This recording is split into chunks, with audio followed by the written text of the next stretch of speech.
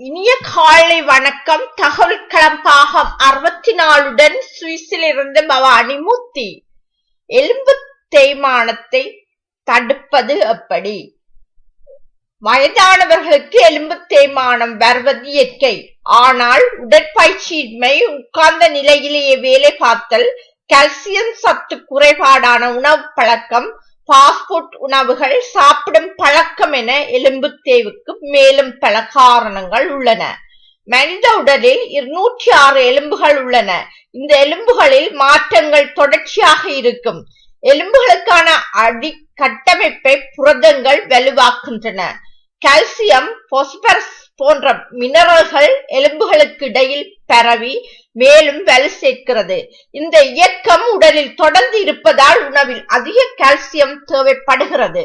இதற்கு சிறுவயது முதல் பால் மற்றும் பச்சை காய்கறிகள் போதுமான அளவு எடுத்துக் கொள்ள வேண்டும். நாம் உண்ணும் உணவில் உள்ள சத்துக்களை உடல் கிரகித்துக் கொள்வதற்கான உணவு மற்றும் உடற்பயிற்சிகளை வழக்கப்படுத்திக் கொள்ள வேண்டும். எலும்பை பொறுத்தவரை அளவுக்கு மீறி அழுத்தம் கொடுப்பது மற்றும் விபத்துகளினால் எலும்பு முறிவு ஏற்படும். காயங்களினால் இரத்தக்கட்டு உண்டாகும். மினரல்கள் இழப்பு காரணமாக எலும்பு தேய்வு ஏற்படும். எலும்பு தேய்வின் அறிகுறியாக உடலில் வலி ஏற்படுகிறது. எலும்பு வலுவிழக்கும் போது உடல் எடை முழுவதையும் தசைப்பகுதி தாங்குகிறது. இதனால் தசையும் பலவீனம் அடையும். உடல் சோர்வு, வலி, வீக்கம் ஏற்படலாம். மூட்டு பகுதியில் வீக்கம் உண்டாகும். உடலை அசைப்பதே கடினமாக இருக்கும். உடலில் நோய் எதிர்ப்பு சக்தி குறைய துவங்கும். எலும்பு தேய்மானம் ஏற்படுவதை தடுக்க கால்சியம் உள்ள உணவுகள் எடுத்துக்கொள்ள வேண்டும். மேலும் உடற்பயிற்சி செய்யும் போது எலும்புக்கு தேவையான தாதுக்கள் தசைப்பகுதியில் இருந்து உட்கிரகிக்கப்படும். இதனால் சத்தான உணவு சாப்பிட்டாலும் உடற்பயிற்சி கட்டாயம் அவசியம்.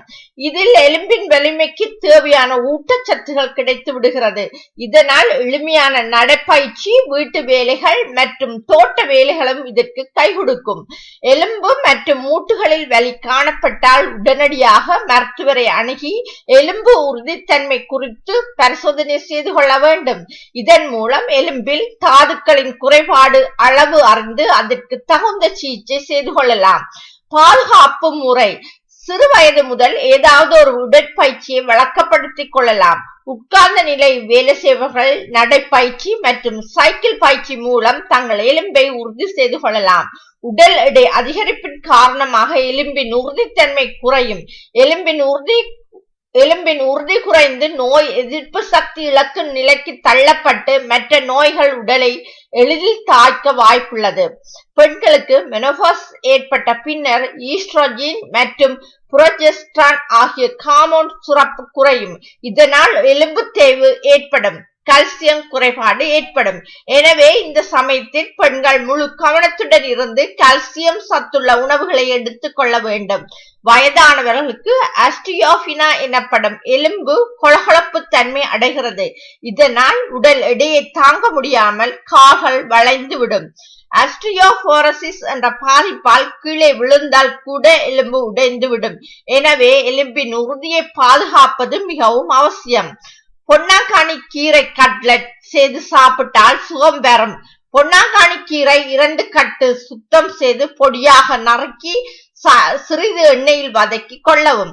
பெரிய வெங்காயம் 1, பச்சை மிளகாய் 2, கடலை மாவு 1 டேபிள் ஸ்பூன், இஞ்சி பூண்டு 1 டீஸ்பூன், காரம் மசாலா 1 டீஸ்பூன், உப்பு தேவையான அளவு எடுத்து அவற்றை சிறிது எண்ணெய் விட்டு வதக்கவும். பின்னர் கீரையுடன் சேர்த்து சிறிதளவு தண்ணீர் சேர்த்து வடை பதத்துக்கு பிசைந்து விரும்பிய வடிவத்தில் தட்டி தோசைக்கல்லில் வேக வைத்து எடுக்கவும். பொன்னாங்கானி கீரையில் கால்சியம் சத்து உள்ளது. பழங்கள் மற்றும் பச்சை காய்கறிகள் அதிகமாக உணவில் சேர்த்துக் கொள்ள வேண்டும். கீரை, தானியங்கள், ஓட்ஸ், கொண்டைக்கடலை, கொள்ளு, பருப்பு, கேழ்வரகு ஆகியவற்றை தினமும் உணவில் சேர்த்துக் கொள்ள வேண்டும். ஆரஞ்சு மற்றும் மஞ்சள் வண்ண காய்கறிகள் மற்றும் பழங்களும் உணவில் சேர்க்கவும். அசைவ உணவுகள் வாரம் ஒரு முறை மட்டும் எடுத்துக் கொள்ளலாம். தினமும் ஒரு முட்டை வேக வைத்து சாப்பிட வேண்டும். சுண்டைக்காய்ச்சிய பால் ஒரு நாளைக்கு 4 டம்ளர்கள் அருந்த வேண்டும். காய்கறிகளை அரை வேக்காட்டில் சாப்பிடுவதன் மூலம் கால்சியம் சத்து முழுமையாக கிடைக்கும்.